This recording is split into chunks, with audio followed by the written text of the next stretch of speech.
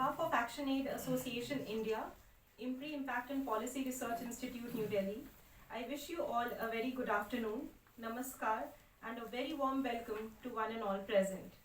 My name is Simi Mehta, and I am the CEO and Editorial Director of IMPRI. Today, we have gathered here for a consultative stakeholders workshop on India's G20 presidency and the urban agenda for developing countries.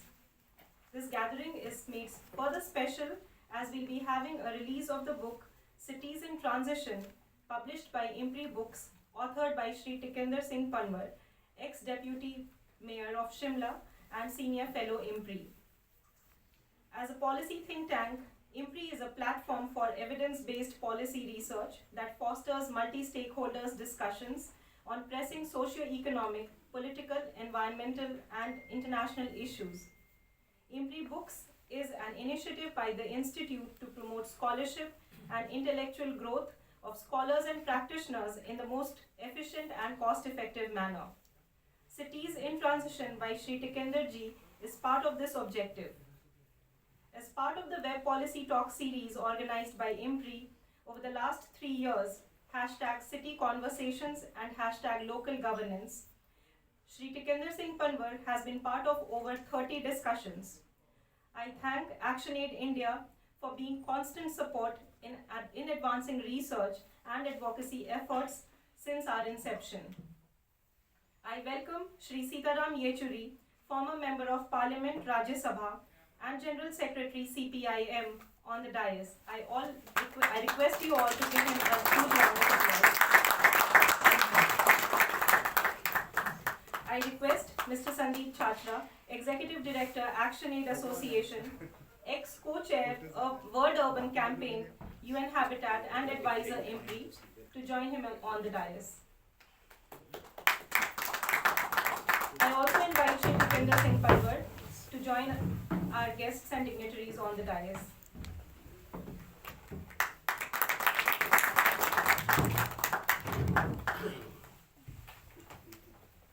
I request Dr. Arjun Kumar to felicitate our guests with a small token of appreciation.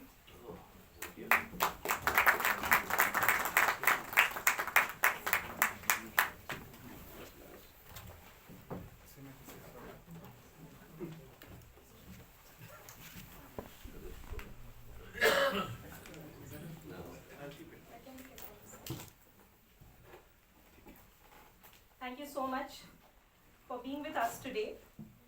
And without any further ado, I request and invite Shri Tikender Singh Panwar, along with Mr. Sitaram Yechury and Mr. Sandeep Chachra, to please release the book formally.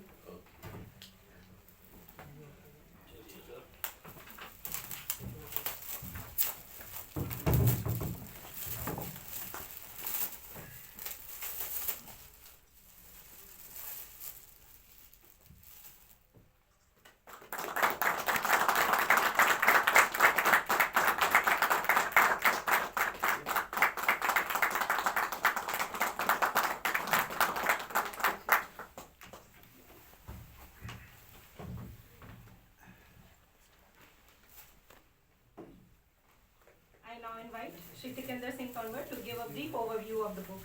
Sir, over to you. Do you want to for this one?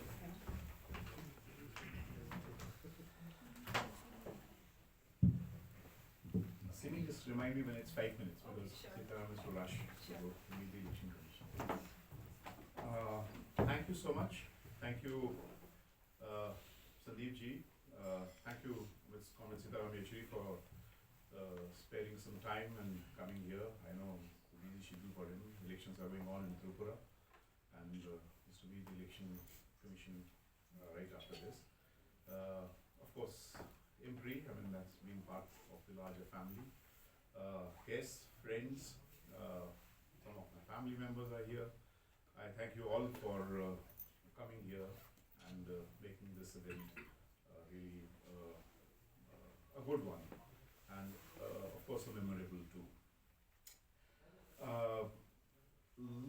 Lot many young people, when they were outside, they were asking me what is the context of this book?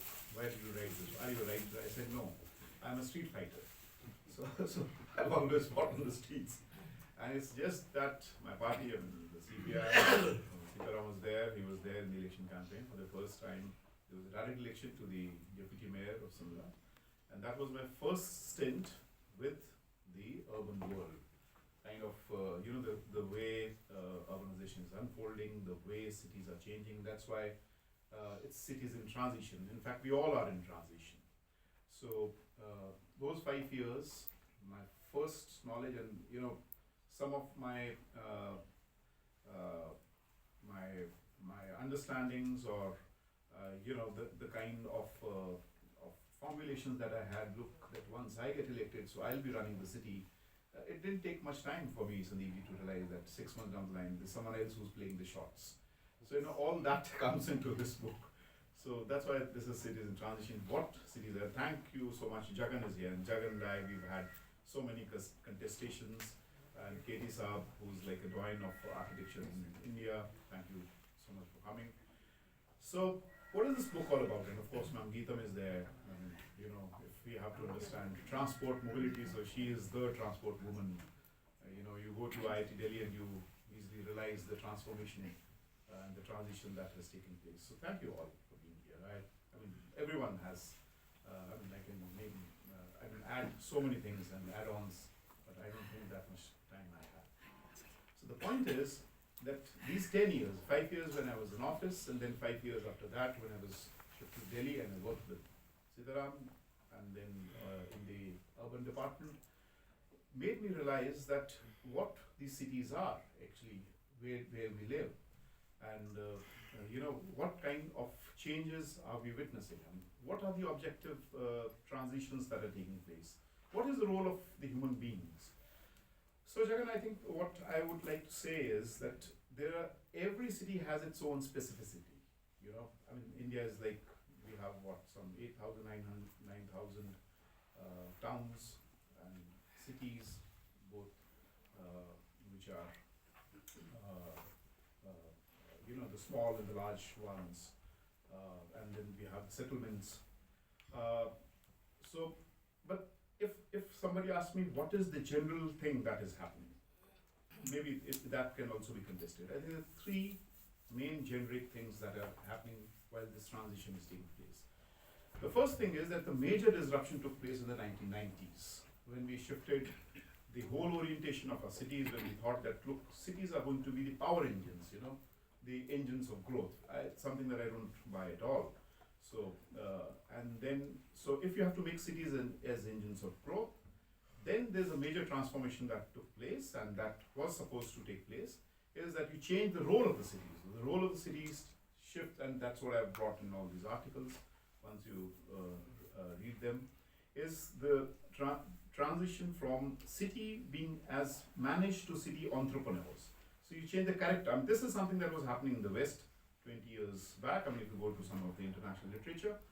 But here it started taking place. Welcome, yeah. So here it started taking place in post-90s. So this transition, and therefore how do you do that? Land was such an important element. So, monetize the land, real estate, so real estate will come up. The Nehruvian model of cities was given away. So the private capital is going to come and it will ameliorate your problems in the city. Some even the basic problems. That was the idea. That's how we try to build it. That's the first generic thing. Of course, Katie is fluent, so please correct me. The second thing that happened is something, the thought that I come from, many of you may not be buying that thought, is what we in political economy have been taught right from many people is the distinction between use value and exchange value. It's a very complex thing. It means that there's certain things which have to be a use value to the society. It can be both a use value as well as an exchange value. But take for example education. Take for example health. Take for example water. Is water a need or a right? It's a simple question. But then when this transformation was taking place, this also, there's huge literature, particularly written by Ursula Hughes, where we have reports from the UNCTAD, where large transnational corporations shifted their portfolios from finance capital to utilities. So you're transforming the use value of a utility or an entity to an exchange value, commoditizing it. Education became a huge business, and that's why we find massive inequality taking place in the cities. That's what we have tried to illustrate, figure out. That's the second thing. I mean, just to give one small example, Kerala is a state which has very high literacy rate, but can just guess the amount that is shed for PMT coaching, which is now NEET coaching. It's more than 2,000 CR. Imagine the kind of money being drained out from the people and being handed over. So that's the second area. I mean, I can go into details into that as far as water is concerned. I mean, we are facing in Shimla, the sewers is entering, so they are trying to take over. So the commoditizing of the use value. Of course, mobility, ma'am, Geetam, you know better than me. How there's a push from capital-intensive technologies to capital. I mean, from very easy solutions to capital-intensive technologies. And the third thing that has happened is, I mean, if I have to generalize it, is the whole transformation. I mean, what Charles Correa stated in the first Urban Commission, about empowering the cities. I mean, he said there should be a contest between the city mayor and the city chief minister. But we find it's completely takeover. And the K.C. Sivaramakrishnan, who was like one of my guides in urban world, he was the chair in a task force, national task force, to review the 74th constitutional amendment. We know what the 74th constitutional amendment is, where you should have transferred some 12 on the 12th schedule, you should have transferred some 18 subjects, not more than 3 subjects, and Kerala is like on the top of the list, maybe 8 or 9 subjects, and something happened way back in West Bengal. Else you find 3, universally 3 or 4 subjects being transferred to the cities across the country. So K.C. Ramakrishnan, when the smart cities came, Jagan, please pardon me, because Jagan was like, and of course, we'll be sharing that. And of course, he's like a elder brother to me. But, 2 minutes, yeah, 2 minutes. So, he said, Tikender, what these smart cities are like? I said, sir, please tell me. He said, it's like writing an obituary of the 74th Constitutional Amendment. So you have charter cities now. You have city, completely different framework, from city managers to city entrepreneurs. Now, someone else's very limited space, scope of people. And the fourth general thing, if I have to, just bring that, is that massive, because of the absence of land reforms, massive migration that has taken place in the cities from the countryside. And already we have, 280 million people who have registered in e-Shram portal. Where are they? And are they even in the process of decision making?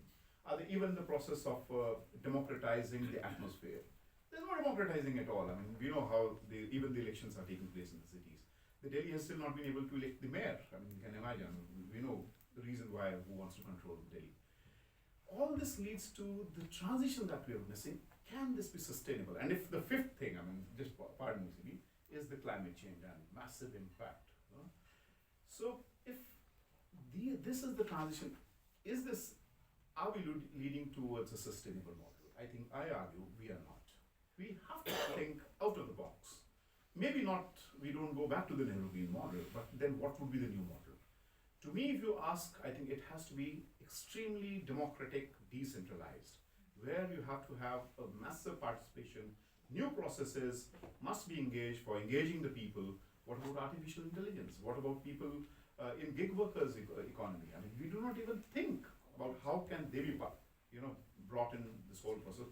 That's the idea of bringing this book, and of course there will be many more coming up. Thank you so much. I'm really grateful from the core of my heart. Thank you, sir, for coming. For you, because I think post-COVID we have very less, physical presence. I mean, probably this has to come up. Thank you, Sitaram, for sparing this time. Thank you so much, sir. Thank you.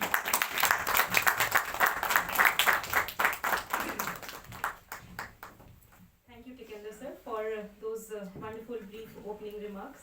I now invite Shri Sitaram Yechury to share his thoughts on the book and also on the India's G20 presidency and the urban agenda for developing countries. Sir, over to you. Thank you very much, and I feel extremely inadequate to be able to do this job of sharing my thoughts on the book, was us, and Tikender has been a very old comrade and friend of ours for a long time. And we worked together through the university, through the elections for the Shimla Municipal Corporation, and the issue of how the cities are planned. I mean, all that I can say is my experience is to live in a city and suffer what is happening in the city. I mean, that is the perspective with which I can approach the entire issue. The opening remarks that Tikender made are actually, I mean, they summarize the issue that right now cities are also part of the overall development of the society, socio-economic development of the society that is taking place under the neoliberal reform trajectory. To put it in a nutshell, what is neoliberalism? Neoliberalism is essentially the maximization of profits. That is its objective. Now, how you do it, it doesn't matter, as long as you're able to maximize your profits.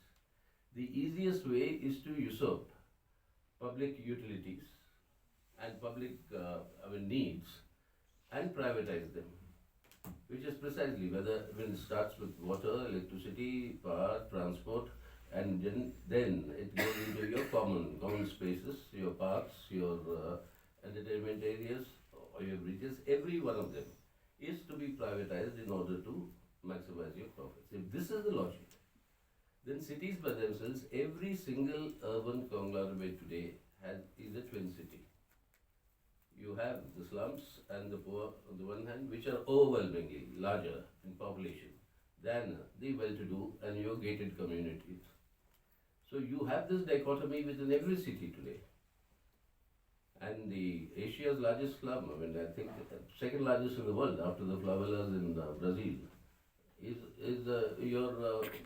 in Bombay. And this sort of a duality that exists in the cities is completely antithetical to the concept of urbanization. And urbanization necessarily means the inclusiveness of people who are living in the city. Now, instead you have an exclusion, and gated communities is the worst thing that we have seen, let's say, in terms of safety. But the people, and COVID taught every one of us that the gated communities, your household help won't arrive, and then you were lost. And that's exactly what happened in Bombay when you had that flooding that happened. South Mumbai is fairly well off, a higher place, so it was not flooded. But the other areas from which your daily domestic help comes, from your milk to your vegetables to your household work, all of them were under floodwaters, and it affected. So nobody can be insulated in a city. That is the basic point. If that is the case, then how do you work towards this common good? We had a lot of this debate when the UPA government was being formed in 2004, and then we had this urban renewal. What do you call it? Jawaharlal Nehru National Urban Renewal Mission. That continued till 2014, and much of the places the emphasis was on providing a common facilities which are state-owned facilities for public good. I mean, it's a common good for them, whether it's transportation, whether it's various other things. That's why you find many of these buses still, all these low-ceiling buses in Delhi that we use were all part of that entire program. But then that stopped at 2014, and as was the want of this government, anything to be named after Jawaharlal Nehru has to be changed. So they brought in a new acronym called AMRIT, I think. Atal something, Atal Mission for something, and then we know what happened. But the entire moving logic in terms of urbanization has been this profit maximization. And that is now going in a menacing way in most of these cities. And the smart city concept is actually driven by this agenda. The engine for the smart city is to propertize the public good, whatever be the common space that you have in cities, and from that to earn your profits. The best smart city is the one that is making the highest amount of money. Now, this is not I mean, basically, it is not conducive to human habitation, this sort of an approach. If this has to change, and now this is also accompanied by, this urge for profitization is also accompanied by devastation of your climate, environment. Now you see what's happening in Andaman. We are just raising forests in order to say that we want to develop that area. You've seen what's happening in Joshimath. And today, God, I don't know, because I can't say Marx help us, but God help us. What do you want to say? What do you want to say? You suddenly find that now lithium has been discovered on a fault line in Kashmir. Now imagine if you want to commercially exploit that lithium from that fault line, what a devastating effect that it will have. And all of us know, it is common knowledge that Himalayas is the youngest mountain range in the world. The plates are still moving, hitting each other. So it's a very earthquake prone area. We've seen what's happened in Turkey and Syria now. It's phenomenal level of that. We know, whatever little knowledge we have, we put it to use properly. So with all these things here, what our experience tells us, even in the latest Niti Ayog's ranking, I think in terms of urban mistake, Kerala ranks number 1, is right at the top. Now what did we learn out of sheer experience? When the first allocations were being made in the government led by the communists for people's welfare, saying that for road building, rural roads so much, for this thing so much, etc., etc., in the budget. When that money was going down to the villages themselves came and said, we don't want a road here. What we want is wells. There's no water. We want drinking water. Then it struck us that saying that why are we taking those decisions of what they want? Why don't we let them decide on it? That's was born the entire concept of people's planning. What we have in Kerala today is that you get the feedback from the local bodies, which are democratically elected bodies at the village level, at the local level, and they tell you what is their requirement. And instead of going through that entire process in this bureaucracy, what we said the best would be to give financial allocations and let them decide what they want.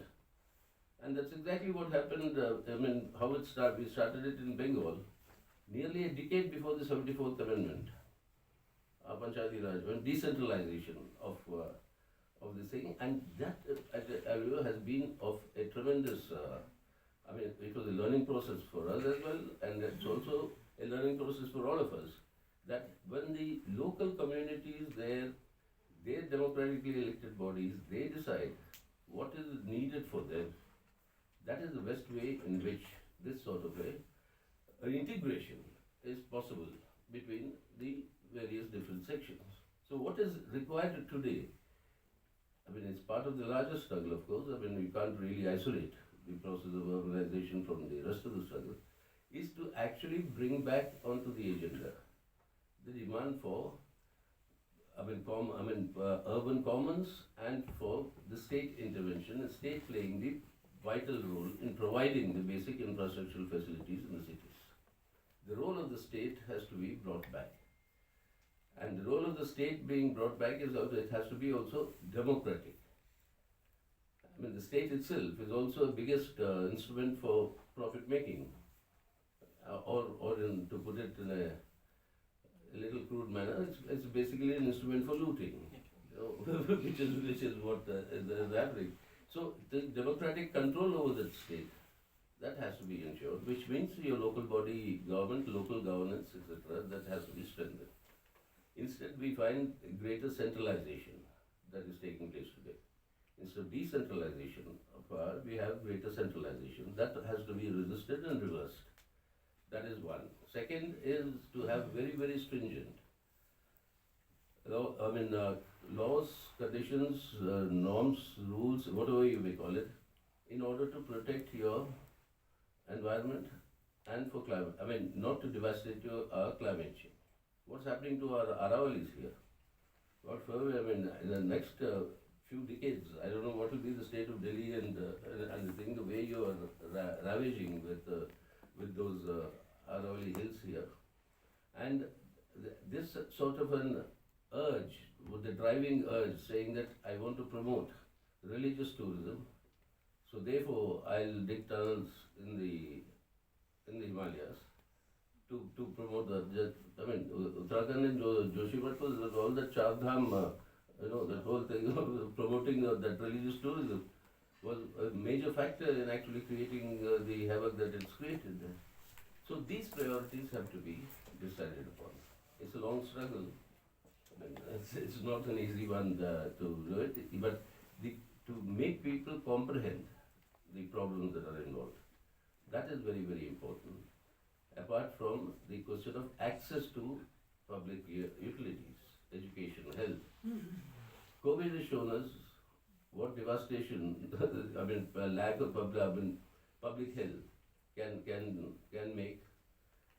And God forbid, in any of our urban centers now, if any pandemic breaks out, need not be something like COVID, but even an ordinary, malaria, ordinary typhoid, dysentery, impossible for us to really contain it and minimize the impact to a certain area because of the lack of the public health facilities.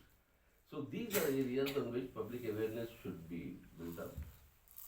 And we will do our role, whatever bit we can, but I think this sort of work will be useful and very helpful. And I think this should be properly communicated to the people and taken to audiences beyond academic and intellectual circles, actually to hold such general body meetings in local areas, explaining what can be done and what should be done.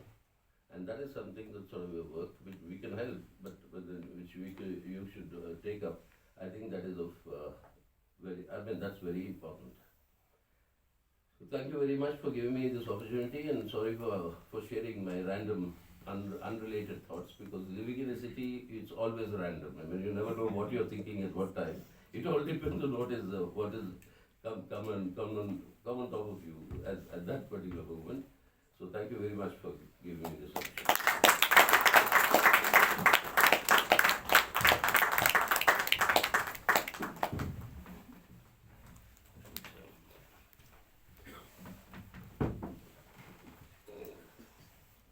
Thank you so much, Shri Sitaram Yechury ji, for your wonderful remarks on the book as well as on the. We'll take a few questions.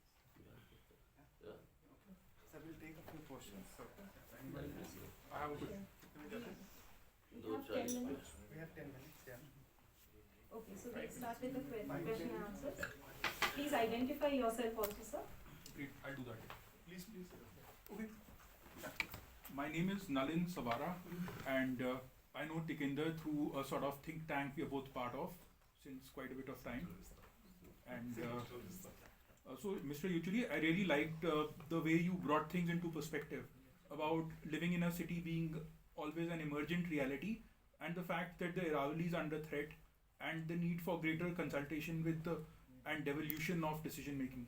So, as per you, where does the current Aam Aadmi Party government stand on that? I mean, I'm not talking about the ideology, but a lot of their agenda also was around Swaraj and sort of, taking decision making down to the grassroots through Mohalla Sabhas and all those things. So you are a much more seasoned political observer than me, who might just be a consumer of news. So do share your thoughts on that, if you may. You see, often. Or you can have one more question. Yeah, one or two more, then I'll. Because my compulsion right now, I'd love to spend more time with all of you and discuss this issue. Is this election commissioner, chief election commissioner, has given time at 3 o'clock. Elections in Tripura are 2 days away, and there are very serious issues that we have to take up with him. And very limited opportunity we get also with these public institutions nowadays. They normally don't give us time, but since he's given us time, I think I'll have to stick to it. So pardon me if I have to go. So any other question? Quickly, 2 more questions. Yes, please. Basically, I just heard you talking about the word Aravallis being under threat. I hope you remember from your own time in JNU and being in Delhi for a long time. Aravallis start from Delhi itself, and many villages have been sacrificed to grow the city.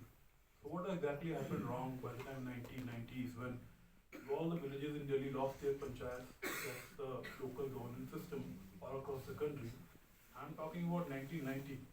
And in 93 we got this 73rd and 74th Amendment. So when the swords of these hatred and violence have already been sown in Delhi itself, what do you think? What is the future of the country? Won't they really go in that way? There's one more question, sir. If you could identify and keep your question brief. Okay. So yes, these are the two questions, sir. Well, let me take on with the Aam Aadmi Party. I mean, ideas, however noble they may be, we'll have to test them on the ground when they're implemented.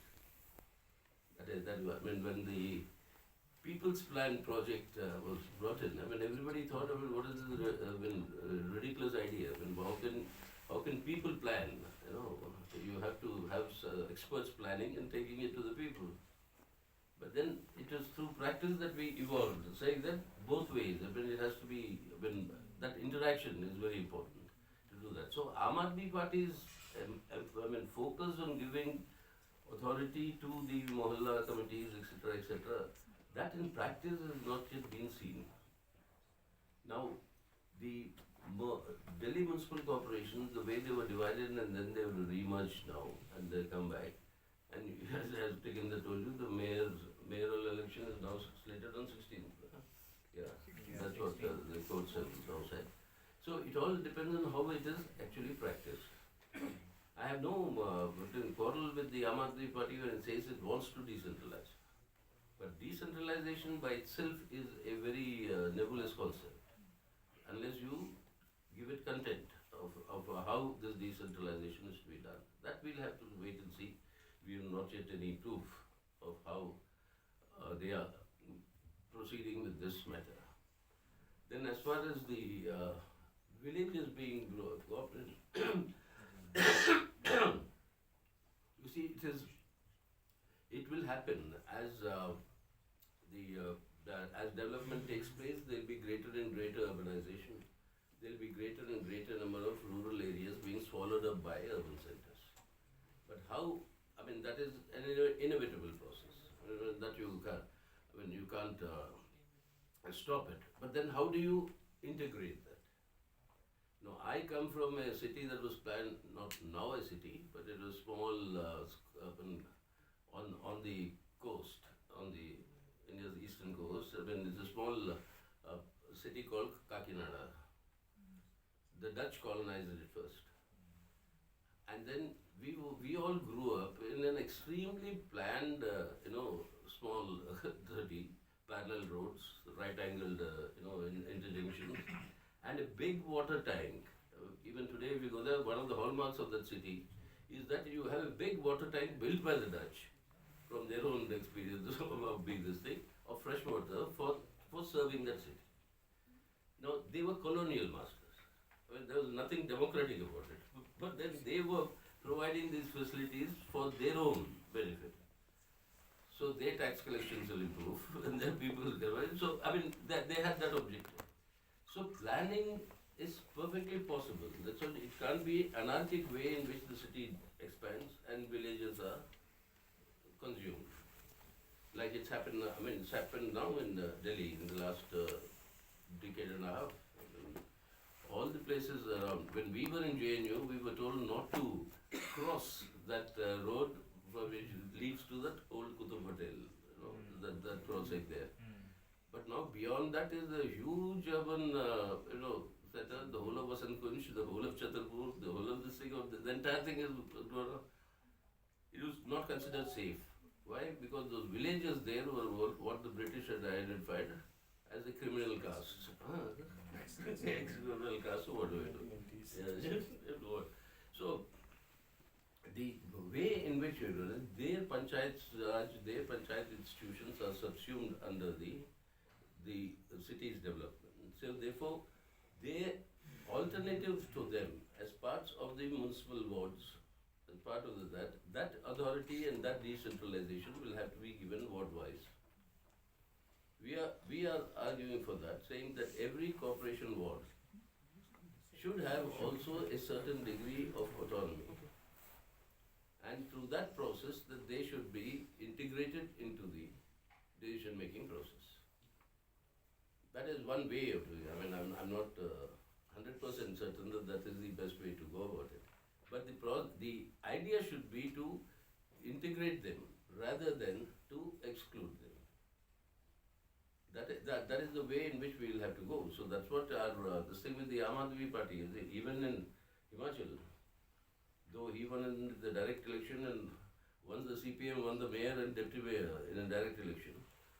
From the next time, it was that system was changed for an indirect election, so that this possibility doesn't repeat. That we can possibly win again. So indirect election means the corporators will be bought over to vote for whoever you have to, because each corporator, they elect the mayor and deputy mayor. So even those wards that are there, each one of them has specific issues, specific problems. So unless there is a certain degree of autonomy that is granted to them, and that is the process through which we will have to integrate. We cannot really stop this process because it's not going to, stop in the sense that the cities will expand. But which is the most democratic way and which is the most humane way of integrating that? And that is where the systems will have to be worked out. And this is one of the ways of giving more autonomy ward-wise to them so that they can decide for themselves and also be part of the larger design. Okay? Thank you so much, Thank sir. you. Thank you. We are very much on time now, and I really appreciate, sir, your time, presence, and generous response to all the questions Not that at have been all. raised. Thank you No. so much. Thank you. And I wish I had more time to stay with all of you. We wish It was that too, sir. interesting. Thank you. We'll come back again. Thank you very much. Thank you.